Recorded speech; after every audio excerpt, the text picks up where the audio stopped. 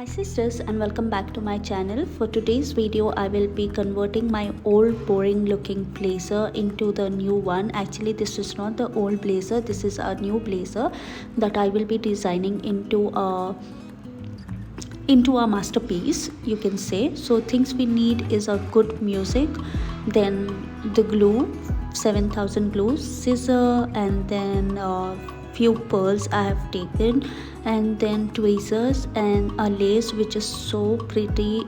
I can say this is my favorite lace so far. It is an embroidery lace on an organza. So this is a blazer. This is a new blazer which I got it from Nika Fashion for I believe 570 rupees on a sale. And I'm going to take the lace and take out only the flowers. I don't need the entire lace. The entire lace I will be only using for the sleeve. So I'm going to take off the flowers from the lace, and be patient while you do this because you don't want to cut off the flowers. You have to be really patient, and yeah, enjoy the rest of the video.